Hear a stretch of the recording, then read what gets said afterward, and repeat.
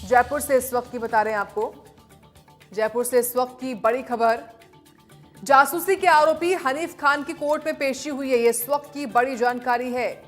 कड़ी सुरक्षा के बीच में राजस्थान इंटेलिजेंस ने कोर्ट में पेश किया है। आरोपी से पूछताछ के लिए इंटेलिजेंस ने रिमांड मांगी। ये बड़ी अपडेट आपको हम दे रहे हैं इस वक्त की। कोर्ट ने आरोपी हनीफ खान को 4 दिन के रिमांड पर भेजा है। ये बड़ी जानकारी इस वक्त की सामने आई है। जयपुर से कोर्ट में पेश किया गया है आरोपी को। जासूसी के आरोपी हनीफ खान की दरअसल कोर्ट में पेशी हुई है। तो कड़ी सुरक्षा के बीच में पेश किया गया है। आरोपी से पूछताछ के लिए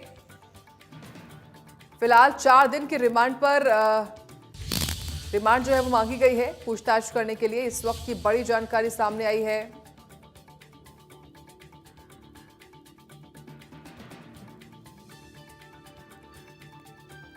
तो जासूसी के आरोपी हनीफ की कोर्ट में पेशी की गई है। रिमांड के दौरान सुरक्षा एजेंसियां संयुक्त पूछताछ करेंगी। पाकिस्तानी खुफिया एजेंसी के लिए जासूसी करने का आरोप था इस हनीफ पर। पाकिस्तानी हैंडलर के संपर्क में था हनीफ खान, जिसकी कोर्ट में पेशी की गई है। सोशल मीडिया के जरिए संवेदनशील सूचनाएं ये उपलब्ध करवाता था। तो जयपुर से बड़ी खबर है, ऑपरेशन सिंदूर अभियान के दौरान भी इसने कुछ महत्वपूर्ण जानकारियां जो है वो लीक की थी। पाकिस्तानी हैंडलर को ये तमाम जानकारियां, तमाम इंफॉर्मेशन जो है भारत की वो दे रहा था। जयपुर से इस वक्त की बड़ी खबर है ये। फिलहाल अब इसको रिमांड पर लेकर पूछताछ की जाएगी। तो जासूसी के आरोपी हनीफ खान को कोर्ट में पेश किया गया है। कड़ी सुरक्षा के बीच में राजस्थान इंटेलिजेंस ने कोर्ट में पेश किया है आरोपी को। आरोपी से पूछताछ के लिए इंटेलिजेंस ने रिमांड मांगी है। ये इस वक्त की बड़ी जानकारी दे रहे हैं आपको। पाकिस्तानी हैंडलर को इसने तमाम जानकारियां मुहैया करवाई थी, दी थी।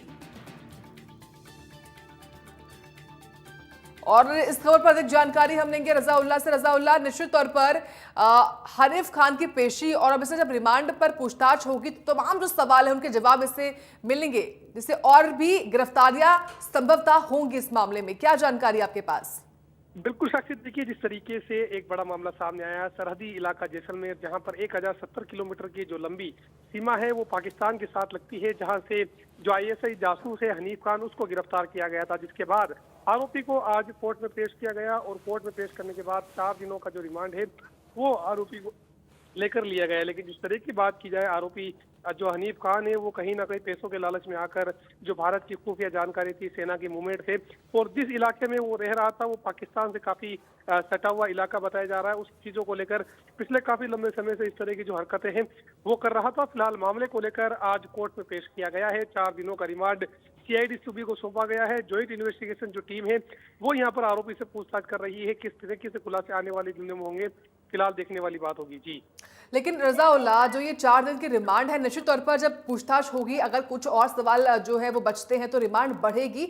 ये जो सीबीआई की टीम है, जो इंटेलिजेंस की टीम है, उनकी गुजारिश पर। लेकिन ये बताइए, जब इसको पेश किया गया तो उस दौरान क्या कुछ सवाल भी इससे पूछे गए कोर्ट की ओर से? इस बारे में कोई जानकारी मिल पा रही है? फिर इंटेलिजेंस ने किस आधार पर रिमांड मांगी?